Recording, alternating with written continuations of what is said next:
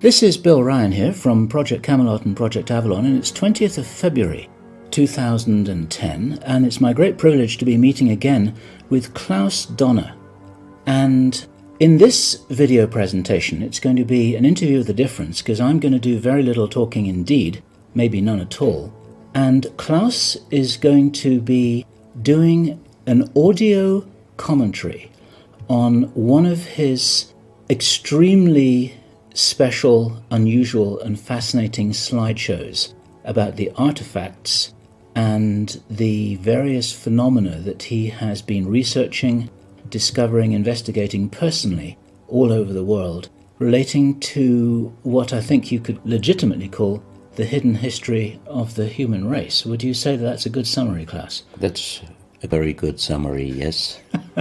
So I'm going to step back here, and what follows now, just kick back and enjoy this slide presentation, and Klaus is going to take you through his own journey. You can accompany him on his own journey through his own discoveries. And take it away, Klaus. What are we looking at here? I can see an array of pyramids. What's the significance? The significance is that you can find pyramids all over the world on each continent. And the question is, when and who did build those pyramids? Why many of those pyramids all over the world are looking very, very similar? Another question is, did there really exist a global civilization? And I think many of our researchers are really telling us that once upon a long time a global civilization existed. But how many thousands of years ago, we don't know. Most of the audience of Project Camelot may know about the story of one stone pyramid building found in 1984, 25 meters under the sea level in Japan on the island of Yonaguni, which is the southeast Japanese island belonging to the Ryukyu island group. And there's still a struggling of some international archaeologists who are saying that these monuments were done by nature. But my friend Professor Masaaki Kimura did several years since then researches not only on this monument, but also he found several others close by. On the right side down you have a model, and one thing nature is definitely not doing on top of two platforms of this monument.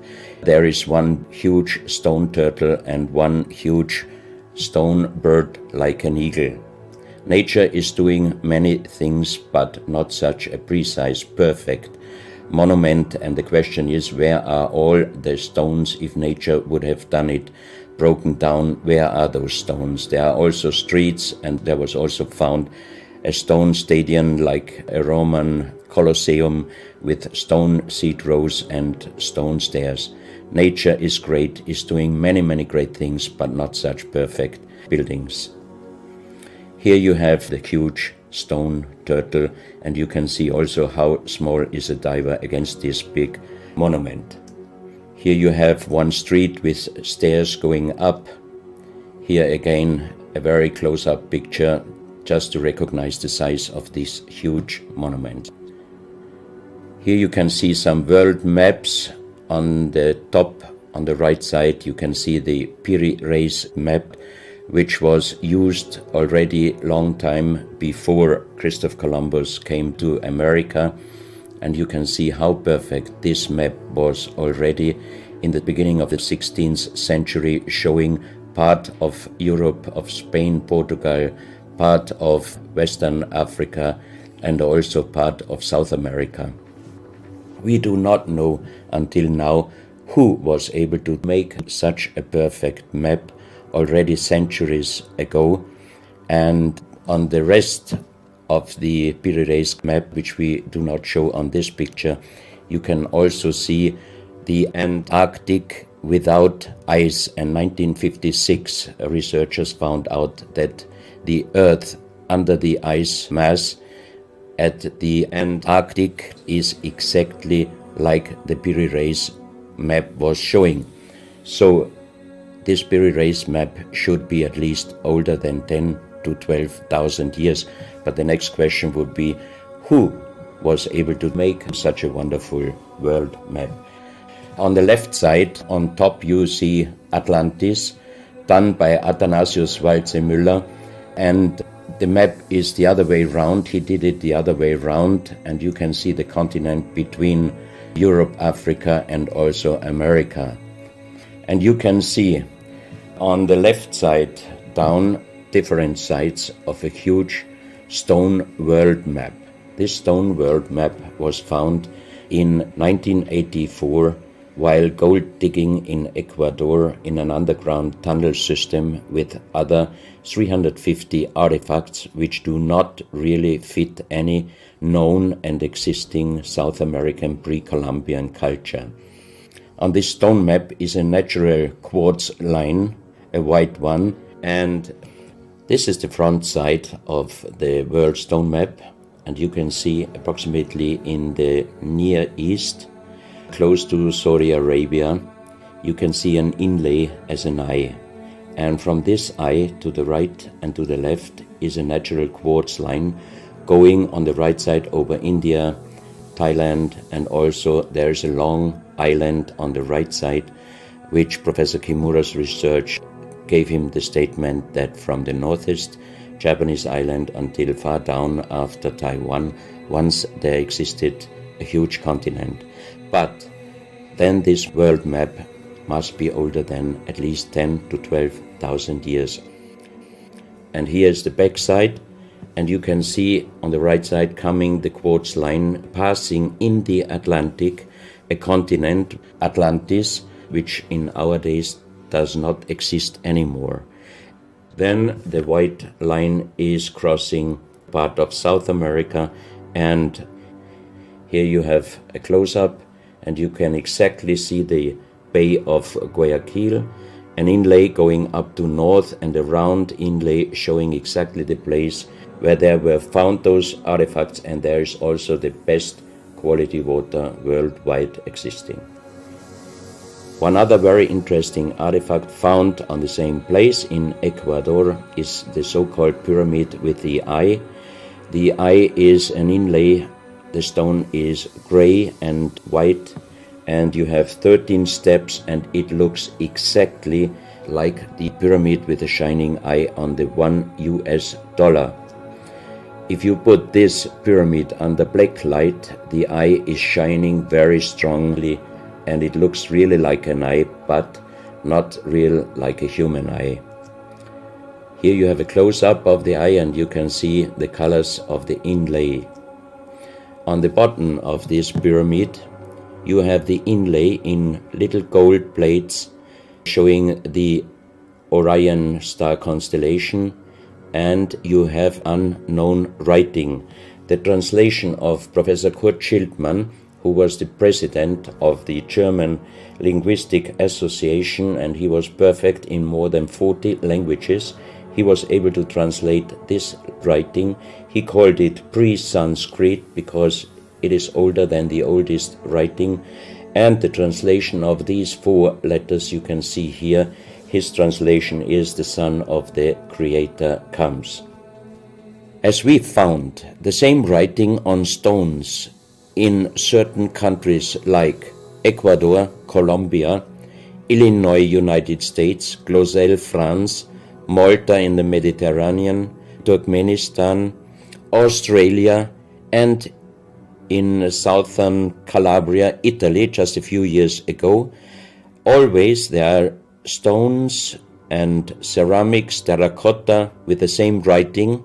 That means this writing existed once worldwide, and that means there must have been a global civilization older than Sanskrit, older than 6,000 years. And Professor Schildmann also told me that this writing has a little similarity to the Indus writing and also to the Easter Island writing. And as he said, this is older than Sanskrit. He called this writing pre-Sanskrit.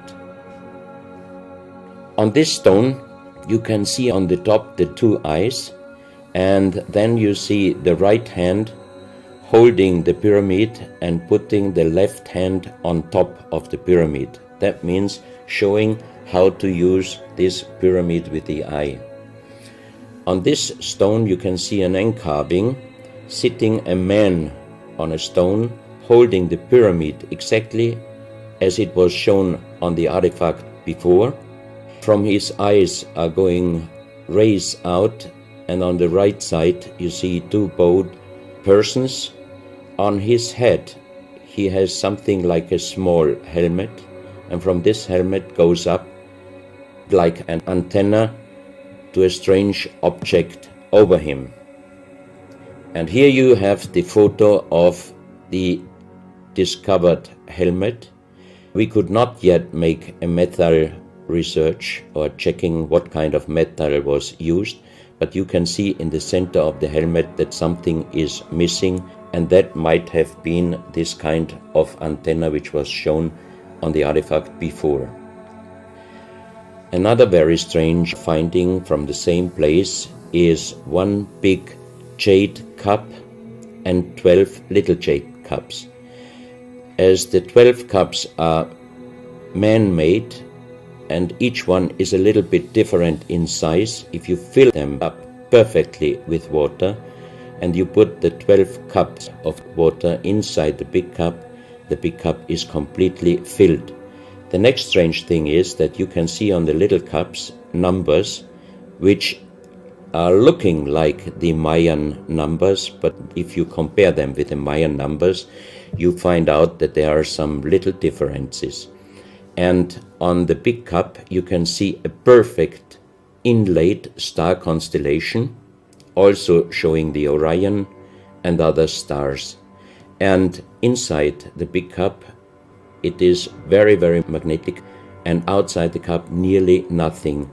Professional geologists are saying this is impossible, because if a stone has metal particles inside the stone, it must be same magnetic from both sides.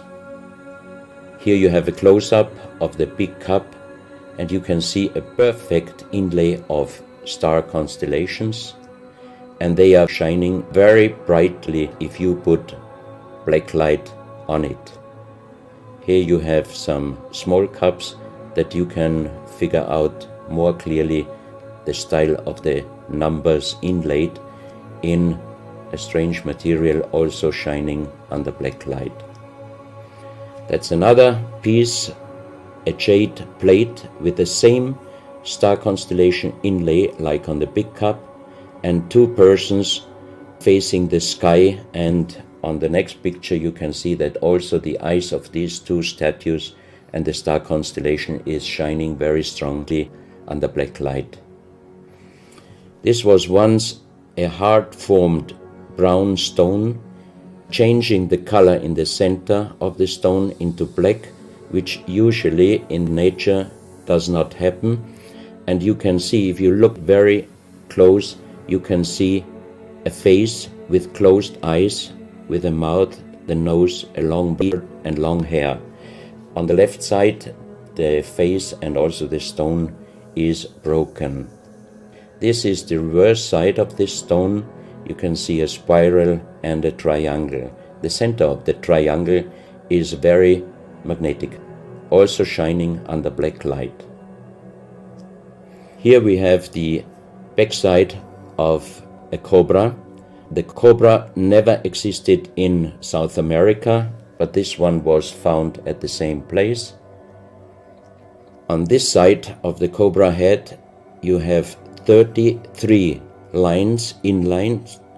So 33 is also a very mystical number since long time.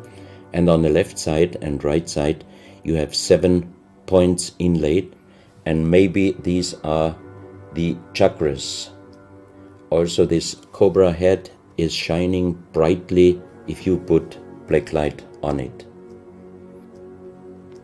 Another object here, you have a perfect worked dolphin head, and also this artifact is shining under black light.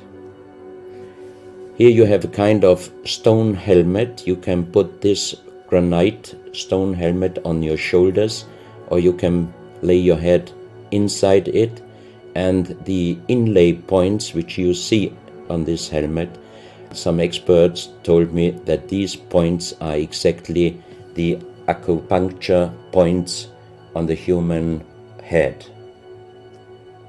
Here you can see how it might have been used, and a few months ago they found at the same place an unfinished stone helmet. So that means that also some of these artifacts were made directly in Ecuador, but many years ago. And also the inlay on this object are shining under black light very bright. This is a fantastic jade snake, and also the inlay points are shining under black light. Here we have one artifact which is very perfectly carved on the back side, so that means it might have been used to put this artifact on the front of your forehead. You can see the two eyes inlaid, and on the reverse side you have the so-called third eye. Maybe this artifact was used for some ceremonies or for meditation. Here we have a jade plate with an inlay of a spiral, also shining brightly under black light. Another one, you can see 7 rings inlaid in the jade plate and also shining under black light. Maybe this also could be a presentation of the 7 chakras. Here is one of the ceramics found there. It's a great masterpiece, and the question is, how can you make this artifact out of one piece of ceramic? Here we have another pyramidal stone found also in Ecuador. On top you see the pyramid with the eye, and you have down several spirals and symbols. Some of them are very similar to the churchward Nakal plates, which he found 1880 in India, and the translation was talking about the sunken continent of Mu. This is a marble with another inlay of a spiral, also shining very brightly under black light. Another stone in a pyramidal form with an inlay of an eye. Here you can see again the pyramid with the eye, and on the bottom you see the Orion star constellation, the 3 Orion stars, which might focus us to the 3 pyramids in Egypt. Here you have a ceramic statue. You can see the style of sitting is not real pre-Columbian style. It looks like the lotus seat from Asia. On top of this statue you have a head with some points, and it looks quite similar to many of the Buddha presentations. He holds a snake in his mouth. The snake is a very mystical and very often presented object. So that means this statue is not from any existing or known pre-Columbian culture. Even the next one, you can see that how this statue is sitting, it looks more the direction of Asia. On top of his head, again a very strange head, and in the center you can see like the head of a frog. Also the frog is a very mystical animal in old South American pre-Columbian culture, but also in Africa and also in Asia. Here another ceramic statue holding a kind of plate in his left hand, and it looks also not really pre-Columbian culture. This is another very strange artifact holding a stick with a snake.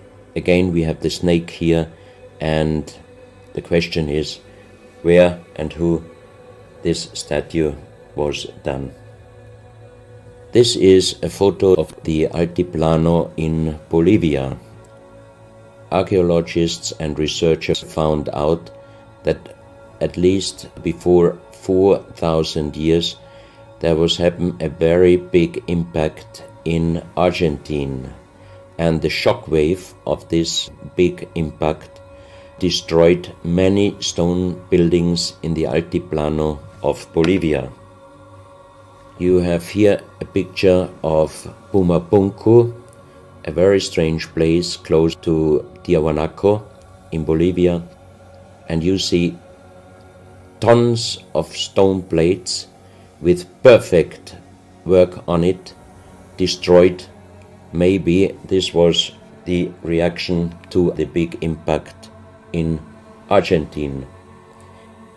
Here you have my friend Giancarlo Bonfanti, Italian researcher, in the center of the so-called Sun Gate in Tiahuanaco in Bolivia, and some researchers write that the figurines on top of this side of the Sun Gate are showing the Venus calendar. Here you have one of the big stone plates from Pumapunku, and you can see how perfect this stonework was done. And the question is, could you do such perfect work with simple tools? Close to this area, they found skeletons with a size of 2.6 meters. And the picture on the top shows you the skull of one of these skeletons, and it looks like it is deformed, but definitely these skulls are not deformed. They are natural style, like an egg. On this photo you see how strong the jaw of those skulls were. This is a front view, and the most interesting photo is this one, because you can see that the top of the skull does not have the 3 plates which we have as Homo sapiens, and that shows us that these skeletons are not Homo sapiens. What we might be able is doing a DNA check and an age dating on these skeletons, because we are very much wondering what kind of humans did exist long time ago and how long ago. On the next pictures I show you some artifacts found close by the real giants, and when I first time got this mask in my hands, I tried to look through the 2 eyes. At that time I didn't know that they were belonging to 2.6 meter skeletons, and I was just wondering, why did they make masks where you can only look out from one eye? But after knowing that those people were over 2.5 meters, I could imagine that their skull was of course bigger than our skull, and that's why these masks were for us oversized. That's another mask from Bolivia, another one with very wonderful encarving, many spirals and many symbols, which we also found in many other cultures. This is a very heavy stone figurine, and again here you can see on the top the head of a snake going down on his backside. This is the reverse side. You can see again the snake. So that means the snake must have been a very, very important animal in the past of our history. Here you can see a stone flute. The strange thing is that the vibration of the sound of these stone flutes is exactly the same as our brain waves. So that means maybe those flutes were used for meditation or for healing purposes. And each 2 holes are connected perfectly with each other.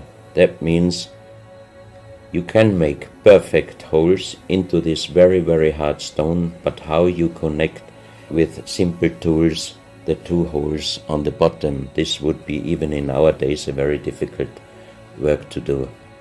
Because it's in the shape of a U and it curves around inside the stone. That's right. And with simple tools you are definitely not able to do such a work. And even the holes are very precise. This is the form of a boat, and you have 3 flute pipes at the end. Here you can see how perfectly they were made. This is another flute, very small. You can use it only with very soft blowing, and the sound is like the sound of the dolphins. This is an artifact where we do not have any idea for what purpose it was used. Now we are in Colombia. On the next few photos I show you very strange artifacts from Colombia in South America. The most famous industrial designer and architect in Colombia, Professor Jaime Gutierrez, is collecting strange artifacts from his country already since centuries. His most important piece is the so-called genetic disc. Here you can see a disc made out of lyddite, a very hard stone.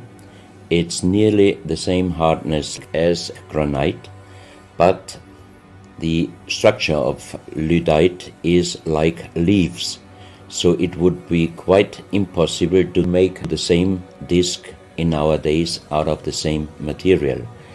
The diameter of this disc, we call it the genetic disc, is about 27 centimeters. And on this disc you have several things presented which usually you can only see with a microscope. For example, on the left side, around 11 o'clock, you can see one egg, human egg, without, and another with spermia. On the right side, at approximately 1 o'clock, you can see some spermias, and then you have several very strange presentations which we could not explain. But here on the left side you have a microscopic photo from the inside of a lady done by a Swedish photographer, and you can see that the egg without and with spermia looks exactly like the presentation on this genetic disc.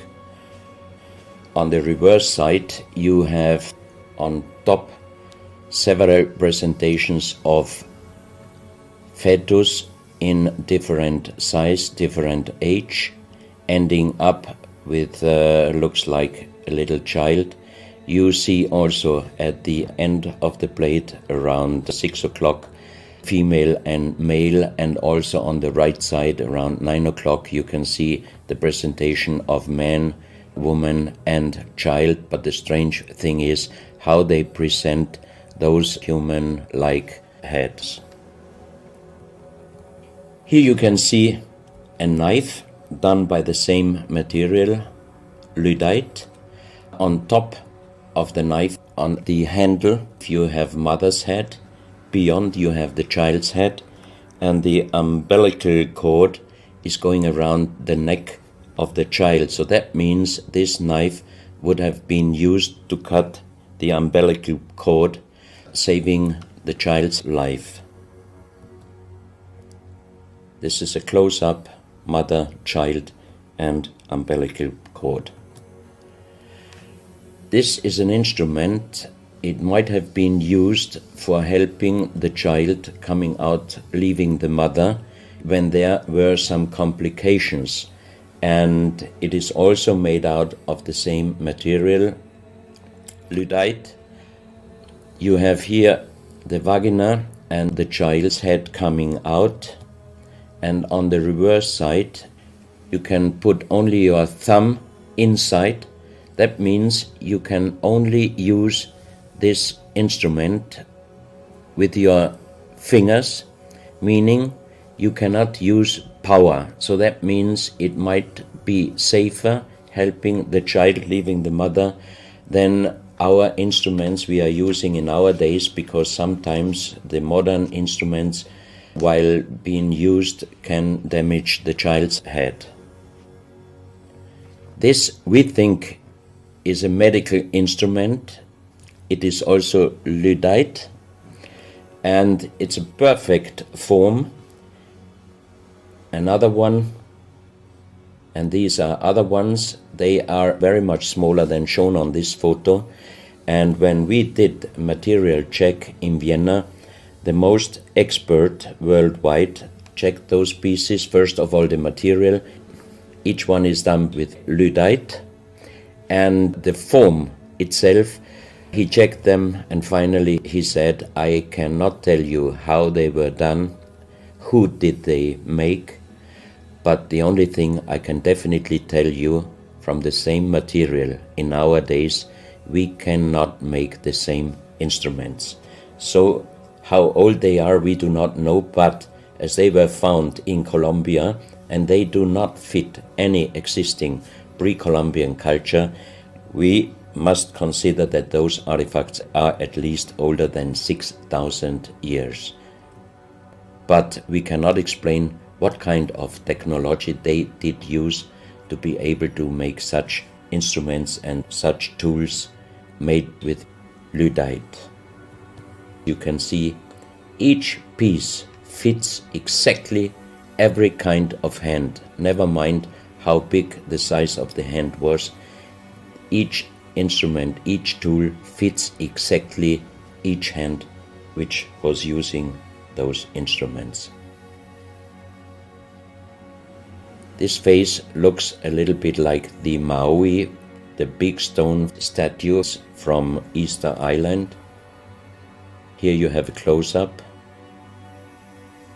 This, in joking, I call it the dentist chair.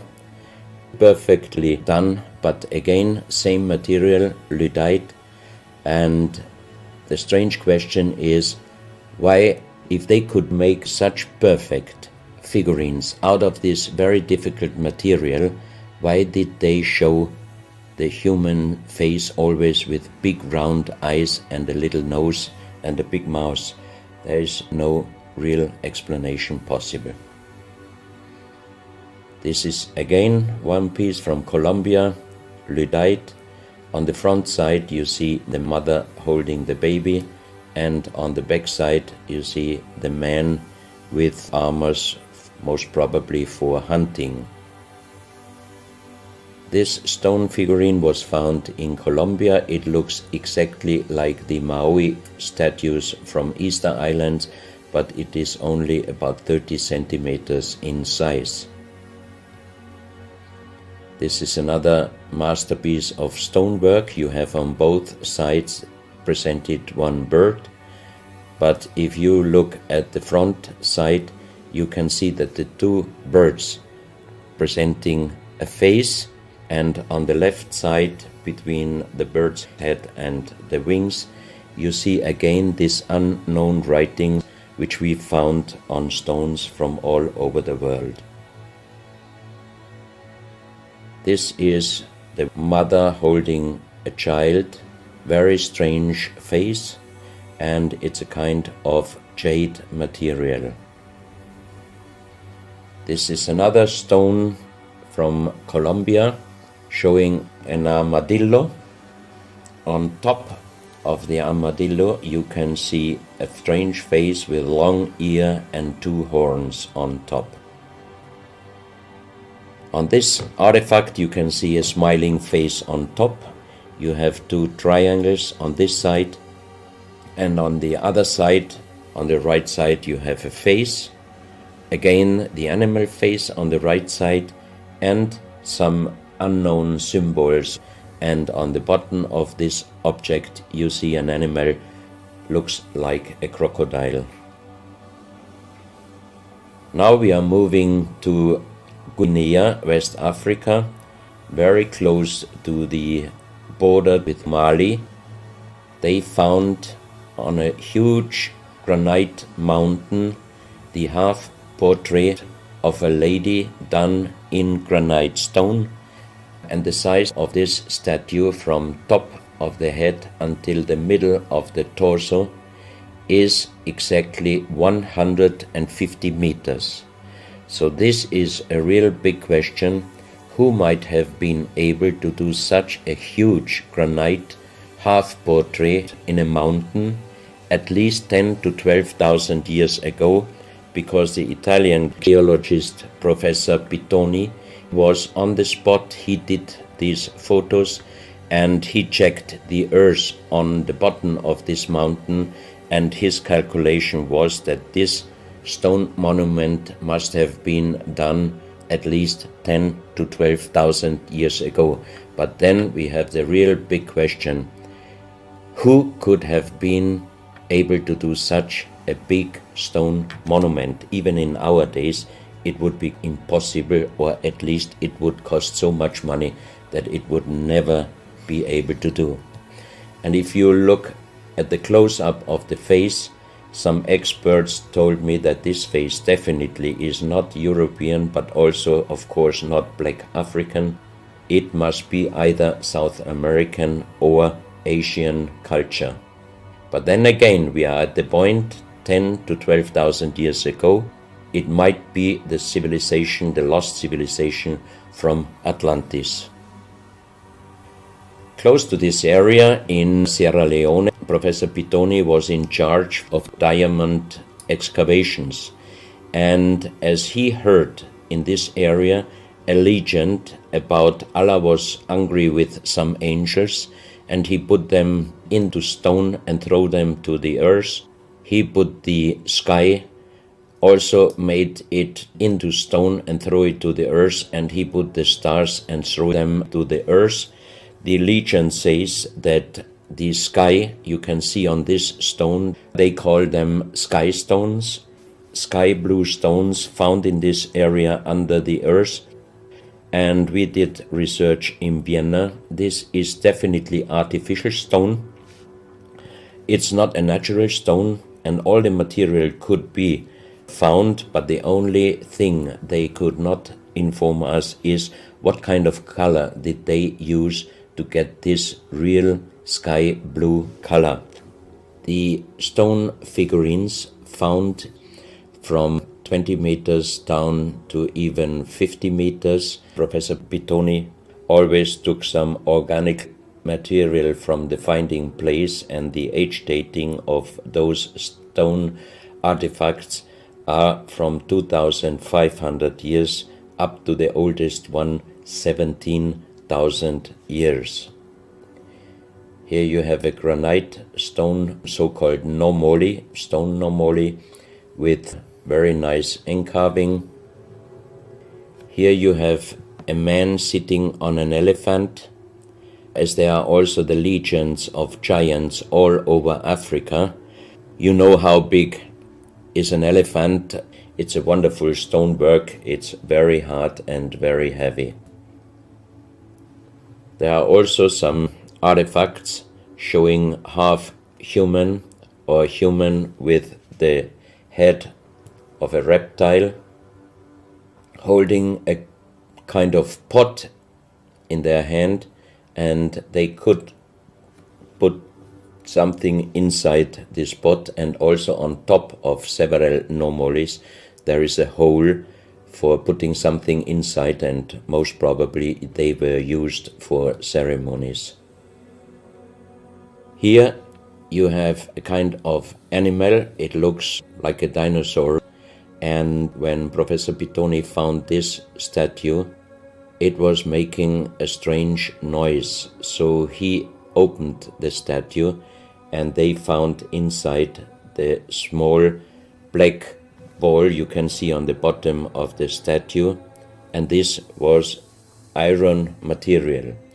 When we did the research on this artifact, and especially on this metal ball, next morning the professor called me and told me that somebody must have done a bad joke to me. I asked why, because the result of the research was this metal material is chrome steel, and chrome steel was found first time at the beginning of the 20th century in Austria.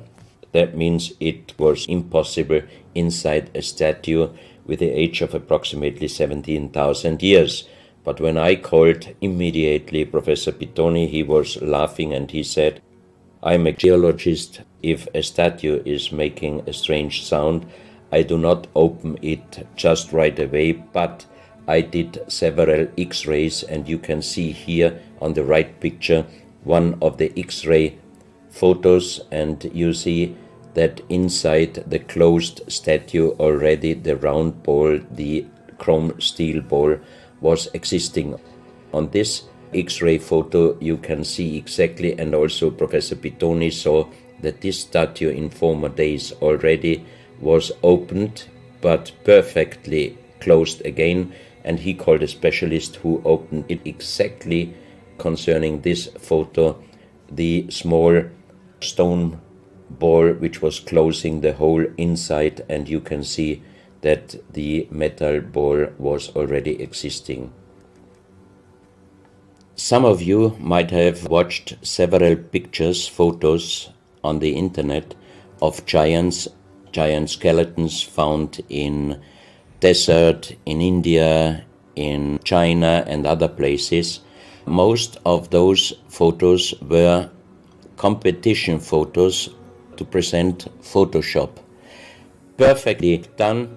I also was quite impressed when I received first time one of those photos, but these photos I'm showing you now, they are definitely not coming out from a Photoshop competition.